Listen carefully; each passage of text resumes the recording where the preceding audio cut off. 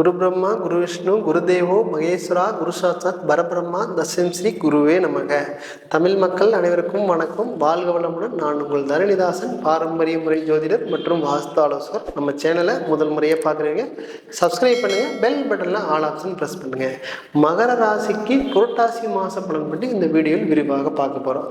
மகர ராசிக்கு கிரக அடைவுகள் புரட்டாசி மாதம் எப்படி இருக்குன்னு கேட்டிங்கன்னா, உங்கள் ராசிக்கு 2ஆம் இடத்தில் சனி பகவான் வக்ரமாகவும், 3ஆம் இடத்தில் உங்களுக்கு ராகு பகவானும், 5ஆம் இடத்தில் குரு பகவானும், உங்களுக்கு 6ஆம் இடத்தில் செவ்வாய் பகவானும், உங்களுக்கு 8ஆம் இடத்தில் உங்களுக்கு பார்த்திங்கன்னா உங்களுக்கு கேது பகவானும், உங்களுக்கு சூரிய பகவானும், சுக்கிர பகவானும், உங்களுக்கு 7ஆம் இடத்தில் புதன் பகவானும் இருக்கக்கூடிய அமைப்பு இந்த புரட்டாசி மாதம் அமைப்பு. அப்போ இந்த காலகட்டத்தில் நீங்கள் எந்த மாதிரி விஷயம் செய்யலாம், எந்த மாதிரி விஷயம் செய்யக்கூடாதுங்கிற விஷயம் இந்த டீட்டெயிலாக பார்க்க போகிறோம். பாருங்கள், உங்கள் ராசிக்கு 2ஆம் இடத்துல சனி பகவான் வக்ரமாக இருக்கிறார். அப்புறம் சனி பகவான் வக்ரமாக இருந்தாலே உங்களுக்கு நல்ல பலனை கொடுக்க போறாரு.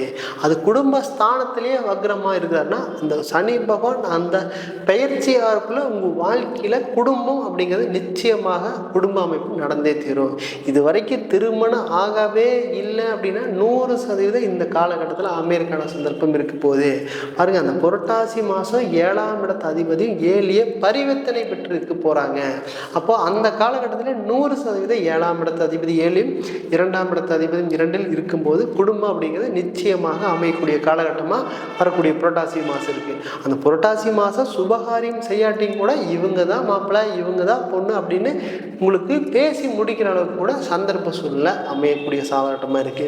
பாருங்க, மனசுக்கு பிடிச்ச இடம் அப்படிங்கிறது 5ஆம் இடம். அந்த 5ஆம் இடத்து அதிபதி கேது பகவான் சிக்கினாலும் கூட 5ல் குரு இருக்கிறார். பார்த்தீங்களா, அது முயற்சி ஸ்தானாதிபதியே 5ஆம் இடத்துல இருக்கிறார்.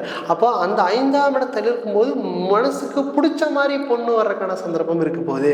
அது பாருங்க, இந்த குரு பகவான் அப்படிங்கிறது இந்த சுக்கரனையும் பார்க்குறாரு. பார்த்தீங்களா, இந்த காலகட்டத்தில் நினைச்ச மாதிரி பொண்ணு வரக்கூடிய காலகட்டமாக வசதியோட வாய்ப்பு, வசதியான கணவன், நல்ல வேலைக்கு போகிற அழகான கணவன் வரக்கூடிய காலகட்டமாக இந்த காலகட்டத்தில் இருப்பார்.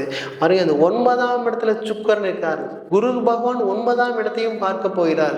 அப்போ உங்களுக்கு ராசியவே குரு பகவான் பார்க்கிறார். இதுக்கு மேலே என்ன வேணும்? நம்ம நினைச்சது எல்லாமே இது வரைக்கும் நடக்கலன்னா இனிமேல் நடக்கக்கூடிய காலகட்டமாக இருக்க போகுது. அந்த பாருங்க, இந்த 7ஆம் அதிபதி 8ஆம் அதிபதி அந்த பரிவர்த்தனை ஆகும்போது தான் உங்களுக்கு நல்ல யோகத்தை கொடுக்கக்கூடிய காலகட்டமாக இருக்க போகுது. அந்த மகர ராசிக்கு அந்த 8ஆம் இடம் அப்படிங்கிறது உங்களுக்கு சனி பகவான். அந்த சனி பகவான் அப்படிங்கிறது உங்களுக்கு 2ஆம் இடத்துலேருந்து 7ஆம் இடத்தை பார்க்குறாரு. அப்போ அந்த 7ஆம் இடத்தை பார்க்கும்போது தான் மனைவி அப்படிங்கிறது நல்ல கணவன் மனைவியாக வர்றதுக்கான சந்தர்ப்ப சூழ்நிலை உருவாகும். அங்கே பரிவர்த்தனை ஆகுது. எதுனா உங்களுக்கு 9ஆம் அதிபதி பரிவர்த்தனை ஆகிறாரு. அப்போ அந்த 9ஆம் அதிபதி பரிவர்த்தனையாலே ஒரு நல்ல வசதியான கணவன் வர்றதுக்கான சந்தர்ப்ப சூழ்நிலை உருவாகும். அதை மட்டும் நல்லபடியாக பார்த்துக்குங்க. பாருங்க, உங்களுக்கு தொழில் செய்யணுங்கிற எண்ணம் இருந்து கொண்டே இருக்குங்க. எப்படா தொழில் செய்யறது, நல்லபடியாக தொழில் செய்யணுமே. நம்ம தொழிலில் 4 பேர் இருக்கிற இடத்துல கொஞ்சம் வித்தியாசமாக நல்லபடியாக தொழில் செய்யணுங்கிற எண்ணம் இருந்து கொண்டே இருக்கும்.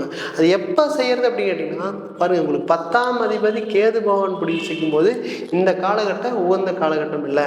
அந்த 10ஆம் அதிபதி 10ஆம் இடத்துக்கு வரும்போது தொழில் செய்கிறது மிக உகந்த காலகட்டமாக இருக்க போகுது.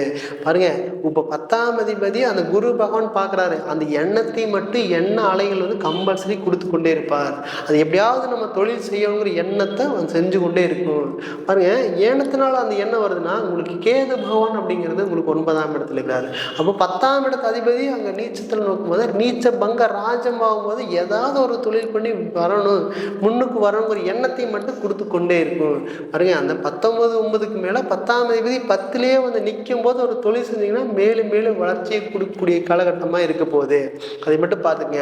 பாருங்க, நீங்கள் வெளிநாடு ஏதாவது முயற்சி பண்ணணும் அப்படின்னு கேட்டிங்கன்னா கம்பல்சரி முயற்சி பண்ணலாம். ஏன்னா முயற்சி ஸ்தானத்தில் அந்த ராகு போனுக்கும் போது ஒரு டைமுக்கு 4 டைம் முயற்சி பண்ணணும். ஏன்னா ராகு அப்படிங்கிறது உங்களுக்கு முயற்சி ஸ்தானத்திலே இருக்கிறாரு.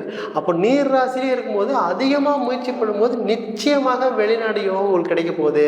அந்த வெளிநாட்டில் வேலை இழுந்ததுக்கான சந்தர்ப்பம், அந்த வேலை இழுந்து வேலை தேடுறதுக்கான சந்தர்ப்பம் மிக அதிகமாக இருக்க போகுது.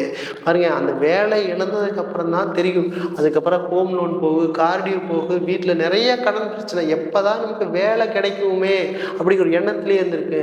பாருங்க, உங்களுக்கு 10ஆம் இடத்துல கடந்த காலகட்டங்களில் 8ல் இருந்திருப்பாரு. உங்க 9ஆம் இடத்துல போய் கேது போன் அப்படின்னு சிக்கும்போது வேலை இழக்கிறதுக்கான சந்தர்ப்பம், இல்லாட்டி இடம் மாறினா அந்த அந்த மாறின இடத்துல ஒரு நிம்மதி இல்லாத சூழ்நிலை.